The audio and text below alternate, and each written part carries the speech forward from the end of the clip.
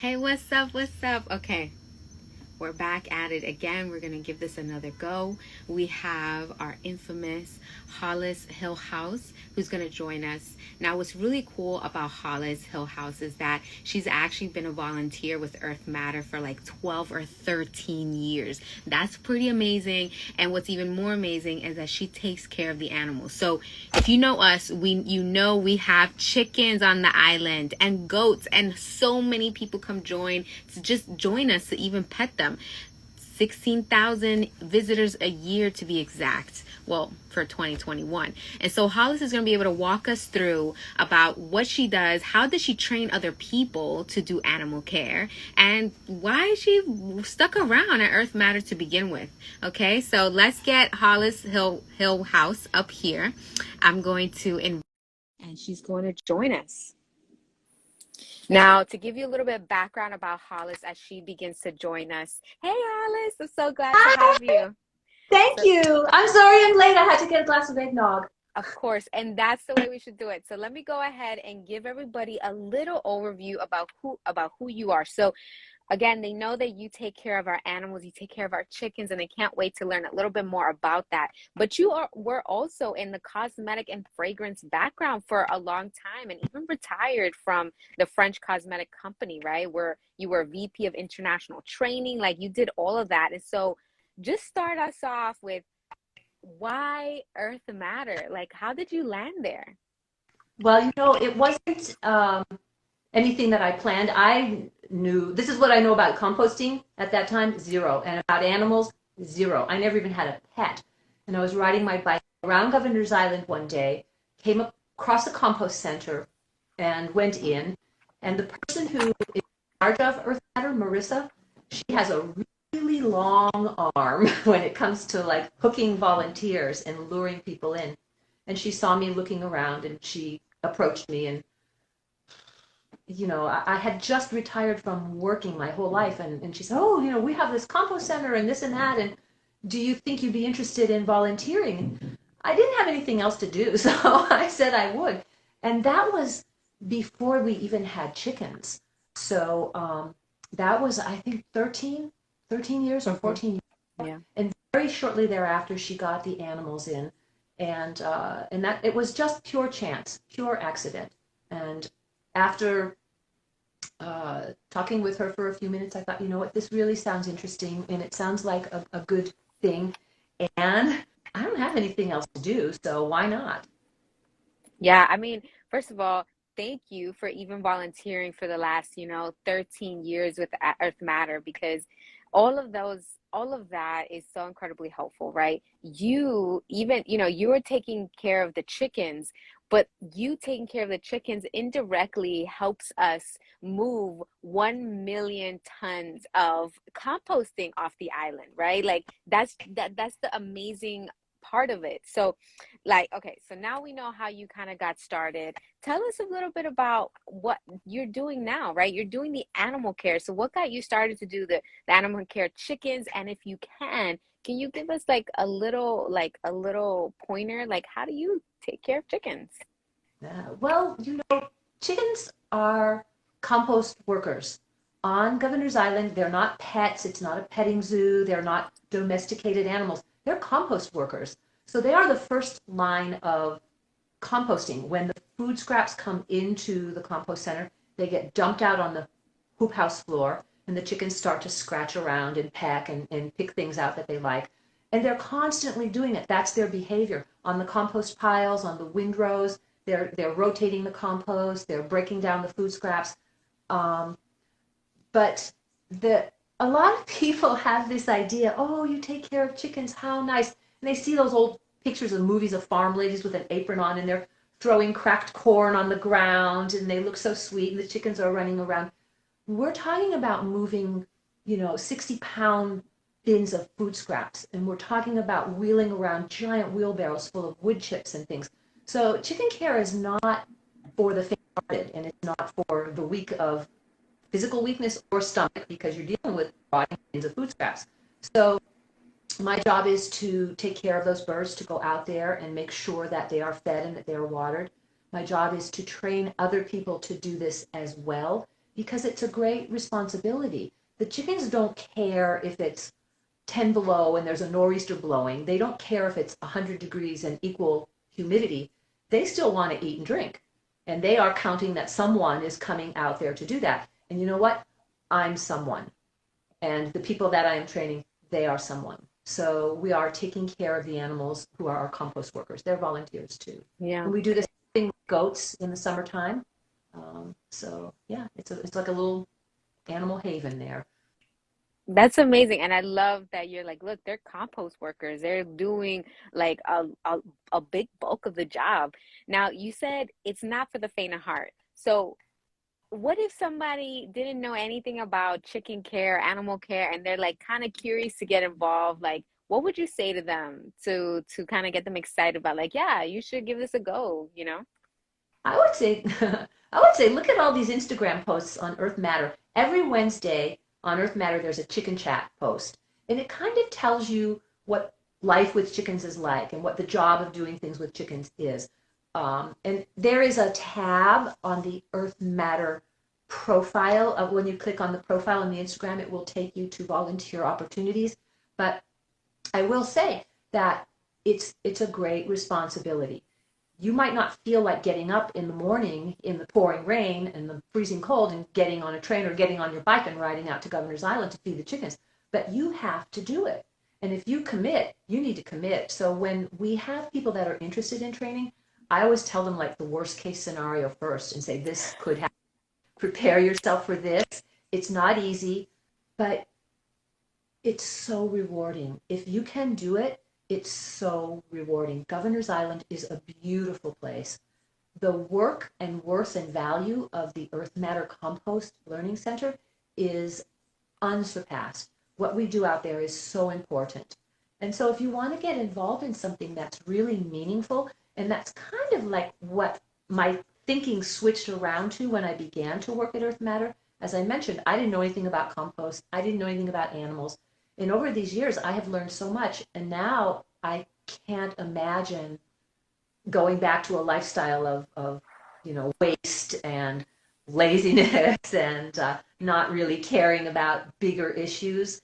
So I think that it's important what's happening at Earth Matter, for sure. That's amazing. And so, based off what I hear about you, you are the chicken whisperer, right? So, tell me, who is your favorite chicken on Earth Matter, at Earth Well, Matter? it changes. I'm fickle, but we have one of my particular favorite birds is Rhode Island Red, and she is so freaking nosy. Wherever you are, she is there. She follows me around, and she's under my feet, and I'm checking for eggs over here, over there. I'm mixing up wood chips, whatever I'm doing. She's right next to me, and it's always like looking. What are you doing? What are you doing? What's going on? So she's my favorite bird at the moment, the Rhode Island Red, one of our Rhode Island Reds. We have Momo. We have like 70 birds out there. So don't ask me what their names are because we don't really name them. Once in a while, a personality will really stand out, and they'll get a name. But for the most part, we call them by their breeds. Oh, Rhode Island Red, get that Rhode Island Red out there. What's that golden Polish doing over there? So, yeah, the Rhode Island Red is my favorite bird at the moment. That's great. And we did have some folks who did name him, and they're there. Those names are there, and those birds will know that that's who their names are. Now I want to shift gears a little bit because we talked a little bit about animal care, right? You've encouraged some people to join, right? You've encouraged them to have that responsibility. You gave us a little bit of information about what they do and how they support Earth Matter, but you also co-manage the lavender field. So I even learned from you how to make these beautiful lavender, I don't even know if I forgot what they're called, but like tell us a little bit about that. You made a magic wand, Momo? Did I teach you? Wow! Yay! Yeah, the lavender field started in 2017, and originally the idea was, at the Earth Matter Soil Start Farm, let's put some lavender plants into the farm. Okay, how many should we put in? Oh, well, let's put in 3. Let's put in 6. And 534 plants later in the discussion, we decided if you're going to go big. So Sarah, my co-manager, and Marissa, one of the founders of Earth Matter, we they scouted land on Governor's Island that would be auspicious for the planting of lavender, and we put these lavender plants in the ground. And the lavender plants, it's 534 lavender plants at the South Battery on Governor's Island. It's the only lavender field in all of the 5 boroughs of Manhattan. Wow. And we That's a put big it, deal. yeah, it is very big, and it's beautiful. In June, if you go to the lavender field, we have 4 different varieties of plants, and they are all blooming in June. So you will see this vista of shades of pale lavender to deep purple to grayish blue, this ombre shade of colors all on the south or on at the South Battery. And we put it there to heal the earth, to encourage pollinators, to create a peaceful environment in non-pandemic times. We do lavender yoga at the lavender field, meditation. We do a lavender festival every year, which is a 2-day extravaganza of all things lavender. So the lavender field is very much in keeping with Earth Matter as an opportunity for people to learn and be educated and learn how to be a little more environmentally conscious, but in like a Yeah. really beautiful way. So you got your big piles of rotting food scraps at the compost center, and then you've got this beautiful field of lavender at the South Battery.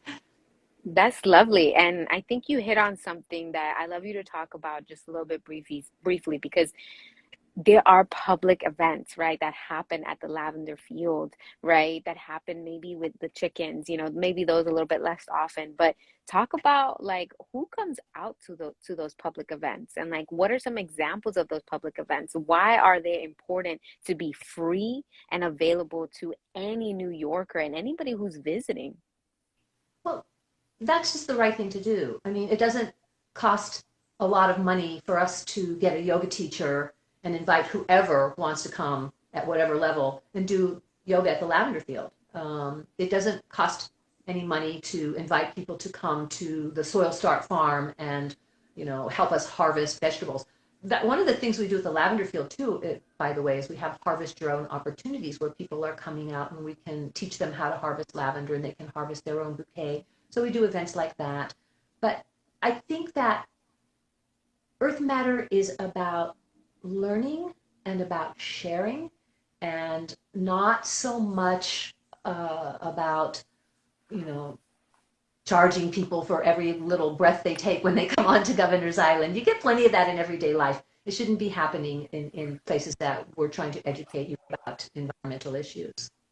Yeah, no, you're right. And I think people need, I think, even more right now, an opportunity to come together as a community, right, in a safe space, right, an open space like lavender, like the lavender field, and, learn a thing or two, right? Whether that's making these beautiful wands like you taught us, right, or if that's doing yoga. So thank you for sharing that. Now, we have a little bit of short time left, right? These are short and sweet, and it's a show, folks. Like, there are folks who are committed like you, who've been with us for like 13 years plus, right? Who've been training other people, that without you, right, we couldn't get as much done as we have and been able to, right? Every single person is so vital, and particularly our volunteers. So I think my last question I'd like to ask, Earth Matter, we're heading into our end of the year campaign, right? Where we ask folks to donate whatever they can so that we can continue making these events free, right? That we can continue being able to donate all the fresh veggies that we donate to the Catholic worker, and be able to teach folks about like what they need to learn to make this world a better place, right? Composting, right? Environmental impact. So what would you say to folks who are just tuning in, just learning about us, like to encourage them to be able to support us?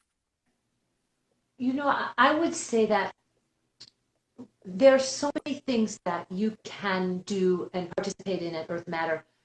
And it's such a small thing to maybe give back a little bit because we don't charge for a lot of stuff. But you know what? We have to buy chicken feed. And chicken feed is not cheap. We have to buy tools and equipment to keep the lavender field going. Everything that is given to us goes back into Earth Matter Compost Learning Center. So we ask people to donate if they can, to whatever capacity they can. I always like to say that no donation is too small, but I also like to say that no donation is too big either. So if you want to err to the side of large donations, we applaud you and encourage that. But support a good cause and support an environmental issue that is so important today for yourselves and for your children. And we hope that you can find it in your hearts to help us out at Earth Matter.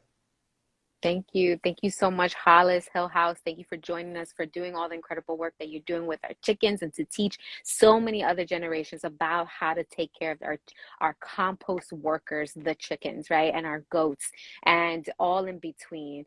So again, if you want to learn a little bit more about Earth Matter and about our end of the year campaign, our Giving Tuesday campaign, please check us out at earthmatter.org. You could even check out our IG profile to know, okay, well, where is this food coming from? What does the farm look like? And what do the chickens actually look like? So you can see live videos of them. And I just want to thank you again, Hollis, for being with us, sharing your story and sharing your energy. And I hope that you have a wonderful evening. And we'll check everybody out again in 1 week.